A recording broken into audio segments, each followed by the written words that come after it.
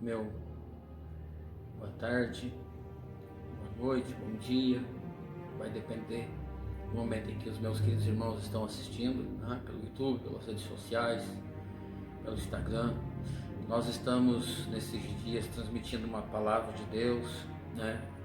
Uma mensagem via redes sociais e gravando algumas mensagens para os irmãos, para as pessoas que neste momento difícil acreditam na palavra de Deus e acreditam na fé.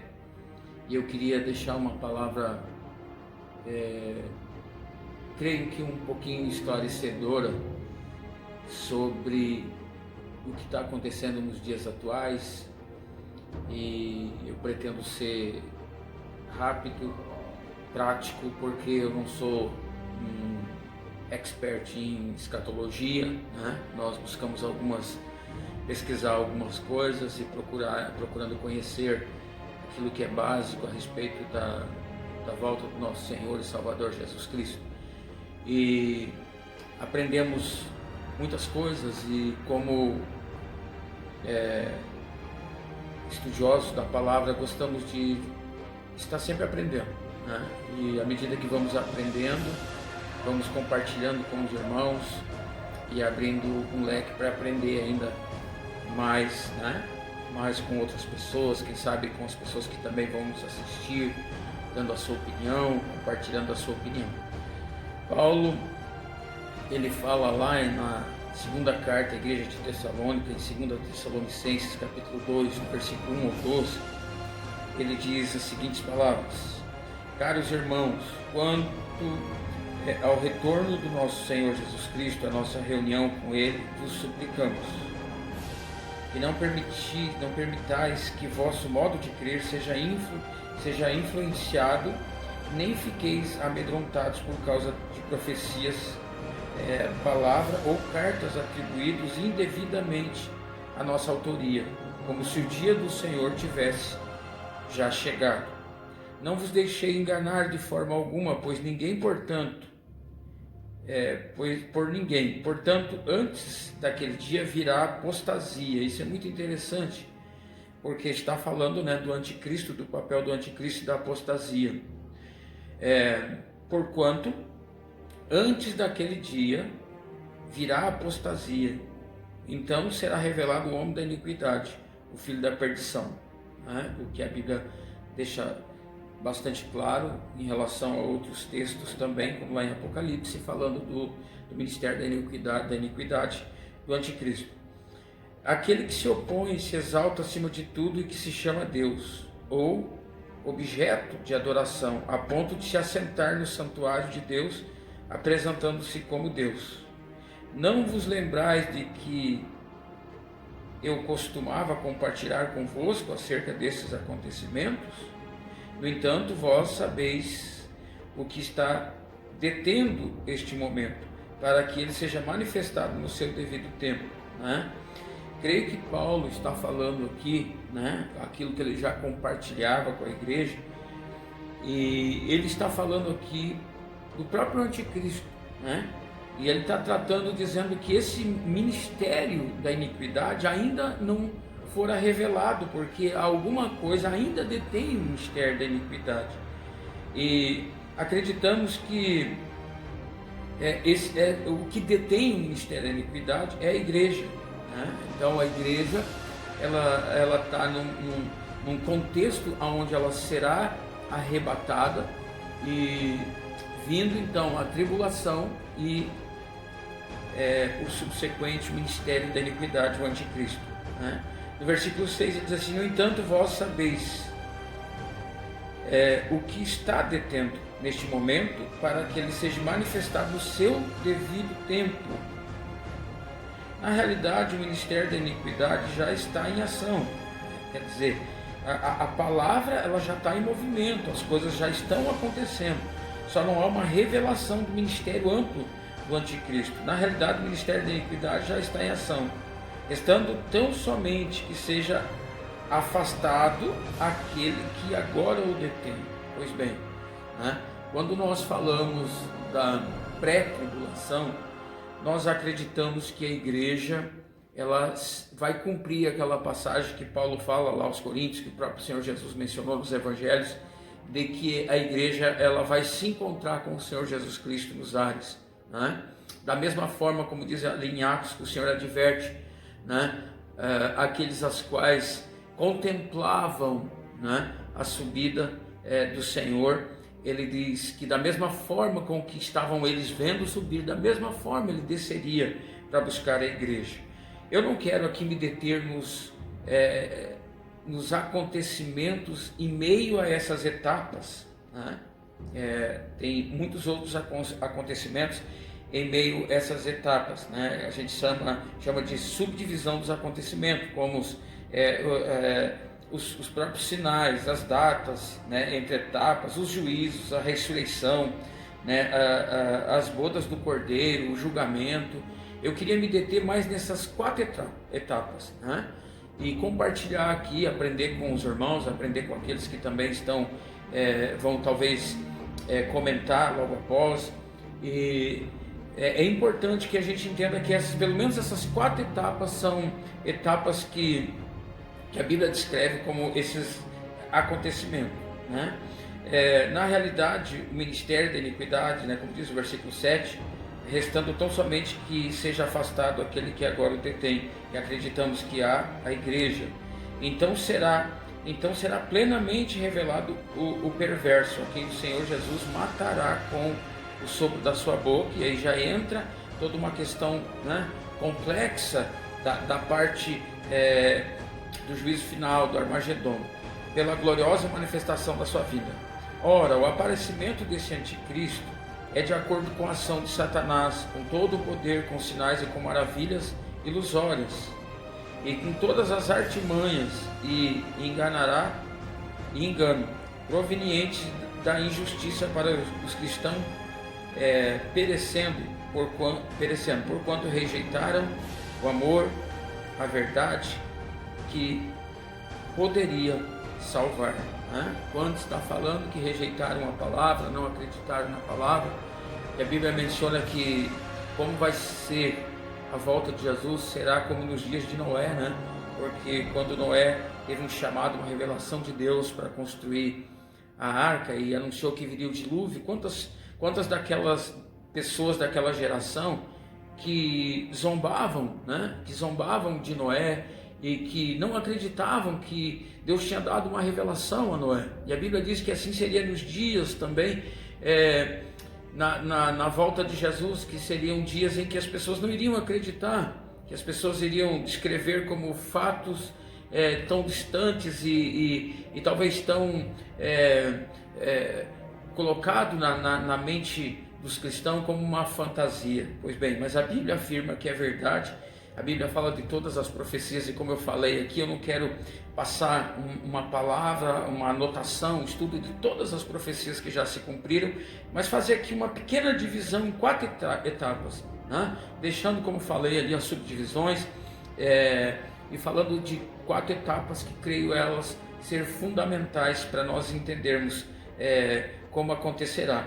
Bom, nós sabemos que vai acontecer, né, de uma forma clara, a gente afirma, acreditando nisso, mas tem alguns teólogos que acreditam também que a igreja passará a tribulação, né? E aí gera algumas correntes, né? Algumas ideologias que são tão claras aí quando pronunciada por alguns estudiosos. Mas a base bíblica, e aquilo que Paulo fala tanto aos Coríntios, como quase todas em muitas das suas cartas, como nessa carta aos Tessalonicenses, ele fala ele dá a entender que a igreja vai ser arrebatada, né? A igreja, esse é o primeiro grande evento. A igreja, aqueles que confessaram Jesus Cristo, aqueles que estavam prudentes, como na parábola das 10 virgens, né? E as 5 que estavam prudentes aguardando o noivo. A Bíblia fala dessa volta, desse arrebatamento da igreja ao encontro com o Senhor nos ares, né? É o primeiro grande evento. Vindo depois desse arrebatamento, a tribulação, né? Aí a Bíblia fala, né, da tribulação como um período difícil. A Bíblia descreve já pelo profeta Daniel, né, e a Bíblia descreve pelo próprio Senhor Jesus Cristo lá em Mateus 24. Né, a Bíblia descreve também em outras passagens e principalmente em alguns textos do Apocalipse, né? A Bíblia fala então desse período de tribulação, né? Esse período será um período com uma subdivisão em duas etapas, 3 anos e meio, né? de uma paz, de um bem-estar político, de muitas coisas boas que vão acontecer para que esse ministério da iniquidade ele crie um corpo, ele crie poder, ele tenha influência sobre o mundo, né? E 3 anos e meio são quando então aqueles que vão relutar contra essas ideologias, talvez por ter acreditado, alguém que pregou a palavra, pessoas que tiveram contato, mas não foram intensas naquilo que acreditaram, não viveram aquela revelação de uma forma plena, eles ainda passarão pela tribulação, 3 anos e meio, que daí fala de guerra, fala de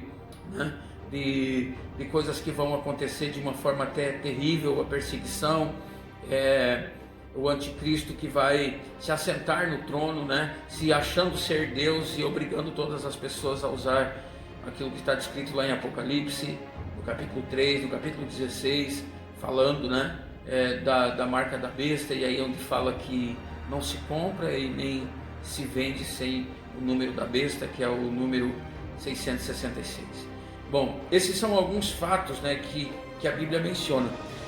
Passando a tribulação, e eu, como falei antes, não vou detalhar, né, as fases aqui e as subdivisões dos acontecimentos. Eu quero só destacar esses 4 eventos importantes: arrebatamento da igreja, tribulação, milênio e Armagedon. Bom, eu não posso ser muito preciso na questão do arrebatamento, né? Os moldes que acontecerão fora os moldes da Bíblia, né, que eu já destaquei, que o Senhor voltará para buscar a igreja, né?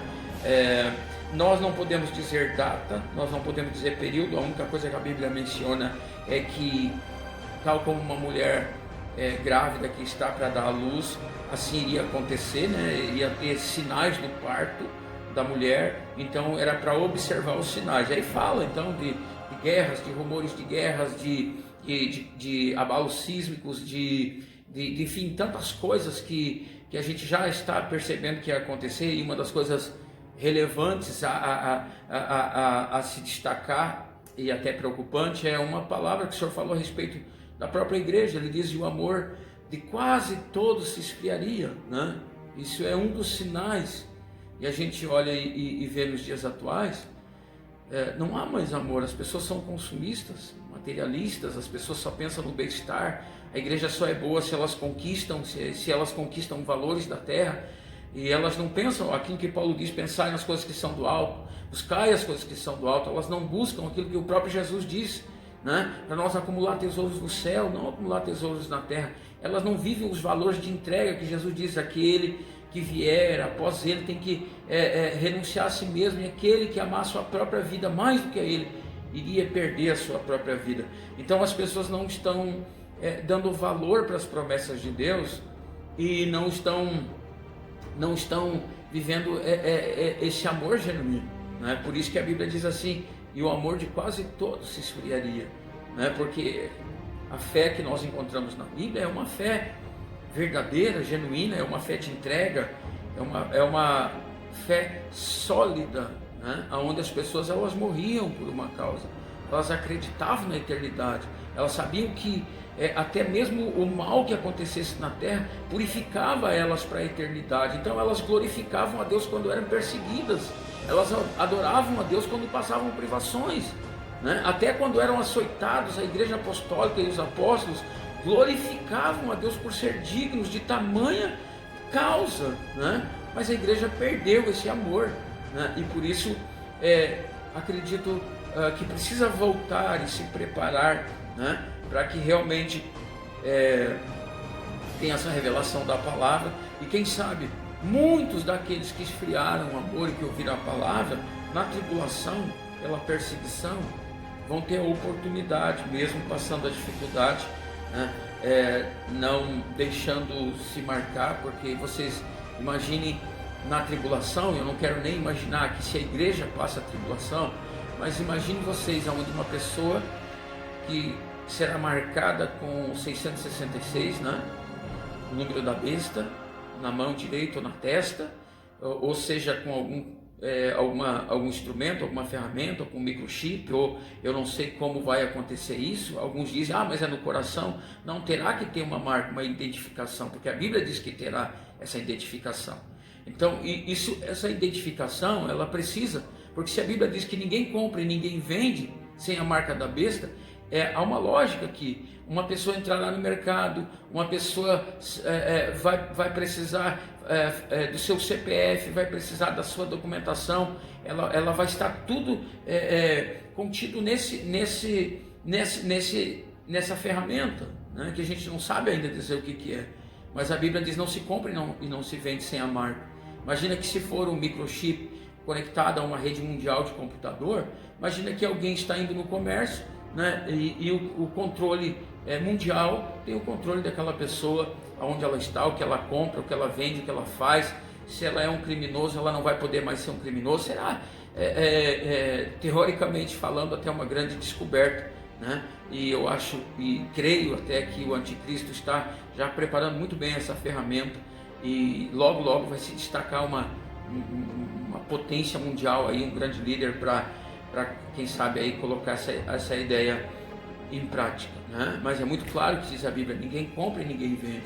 Imagina alguém que fique na tribulação, que não seja arrebatado no primeiro evento que falei antes, que mencionei, ou, né, como diz alguns teólogos, se a igreja passar a tribulação. Imagine você a intensidade da nossa entrega e da nossa fé, a ponto de passar a tribulação e não negar Jesus, não se vender, não deixar se marcar. E talvez, se na teoria da igreja passar a tribulação, né, imagina você não poder comprar alimento, não poder viajar para uma outra cidade, porque talvez terá que passar no pedágio, terá que passar, né, com a identificação, mas você não terá, as pessoas não terão a identificação, não terão a marca, né, ou, né, teoricamente falando, o microchip, né, mas as pessoas não poderão viajar, não poderão ver seus entes queridos, não poderão comprar, não poderão fazer quase nada, pelo fato de que é bíblico e diz que na tribulação, na grande tribulação, é o ministério da iniquidade que vai se revelar ao mundo, né? Então isso irá acontecer. Vamos orar, né, para que a igreja não passe a tribulação, que acreditamos nesses grandes eventos que eu falei aqui subsequentes, que haja o arrebatamento, né, a tribulação, o milênio, que é muito misterioso, né, que Deus vai governar por 1000 anos, haverá paz, né, haverá paz na terra, Deus vai ajustar as coisas, o nome do Senhor Jesus será glorificado por 1000 anos e Satanás amarrado, né. Vindo depois, então, onde Satanás será solto, né, e haverá aquilo que a Bíblia descreve, o Apocalipse descreve na visão de João como o Armagedon, a grande batalha final. É muito interessante, porque a Bíblia diz: Satanás será solto, né? Os cristãos que morreram, e principalmente aqueles que morreram por não negar Jesus, que sofreram, vão ressuscitar de uma forma gloriosa para essa batalha, e será uma batalha muito grande, né? Onde haverá esse grande confronto do reino das trevas contra o reino da luz, né? Contra os filhos de Deus. E a Bíblia ali descreve, né, que o Senhor Jesus vai triunfar junto com os seus filhos, junto com o exército celestial, e ali acabará de uma vez por toda, né, na guerra do Armagedon, com Satanás, com os seus seguidores, e haverá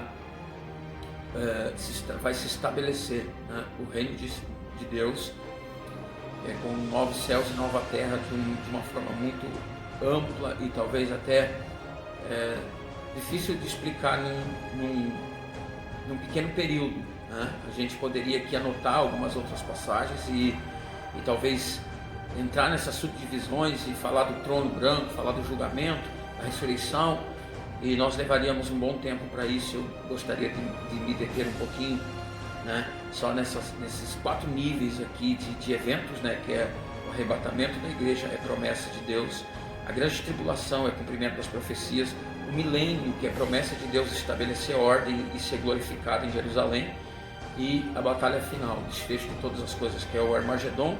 Tudo isso descrito na Bíblia, né? Tudo isso descrito na Bíblia, esses eventos subsequentes estão narrados nas Escrituras. É o Apocalipse, que tem muita coisa simbólica, alguns textos que mencionam, né, algumas coisas assim que dentro de uma questão de simbologias, né? Então algumas delas difíceis de interpretar, mas acreditamos que à medida que vamos estudando, à medida que vamos nos aprimorando no conhecimento da palavra e também em oração, e principalmente na espera, amando a volta de Jesus, nós vamos ter uma compreensão mais ampla e vamos estar, assim como naquela parábola das 10 virgens, aguardando a vinda do nosso Salvador Jesus Cristo. Prepara-te, igreja, né? O apóstolo Paulo diz e fala: Maranata, ora vem, Senhor Jesus. Então, essa é a essência, né, da palavra de Deus, nos preparar para a vida, nos preparar para a vida eterna em Cristo Jesus, e para um dia estabelecer de uma forma ampla o reino de Deus, e esse reino não terá mais fim, né? Que você que não conhece Jesus possa entregar o teu coração a Ele. Ele foi aquele que morreu, o único que morreu na cruz do Calvário por você, o único que pode salvar, o único que pode te dar a vida eterna, né? E cada um no seu lugar. Deus não escolheu pessoas para ir para o inferno. Na realidade, as coisas acontecem de uma forma dentro do plano da soberania de Deus, né? Mas é muito lógico de que cada coisa tem o seu lugar. O homem viveu, né?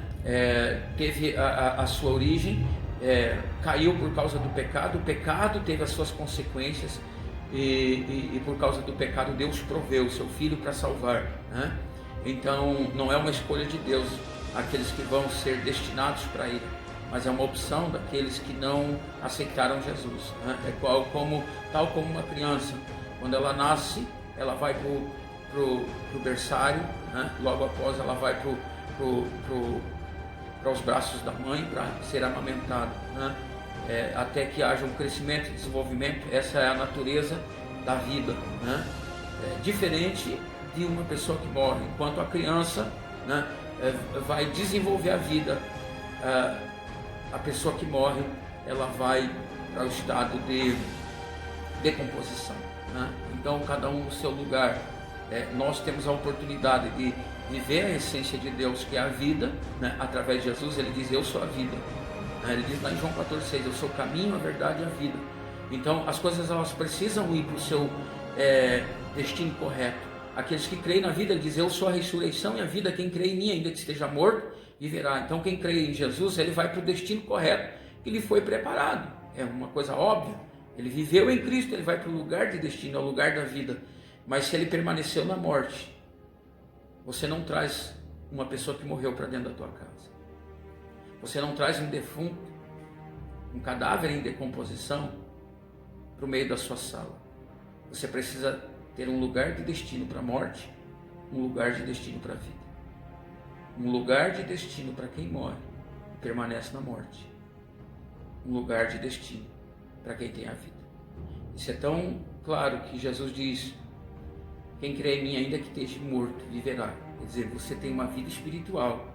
E mesmo que a tua carne entre no processo de decomposição, ali ainda no cemitério não é o teu lugar, você não pode ficar lá. Porque você não foi feito. Se você recebeu a vida e Jesus é a vida, você precisa ir para o lugar correto. E mesmo que um dia a tua carne vire pó e vá para um lugar de morte, Jesus disse que você irá ressuscitar. E na mesma semelhança de Cristo, você vai ressuscitar e vai viver para todo sempre. Vai viver eternamente com Ele. Por quê? Porque você escolheu a vida e você precisa ir para o destino correto. Amém? Deus abençoe a todos, em nome de Jesus.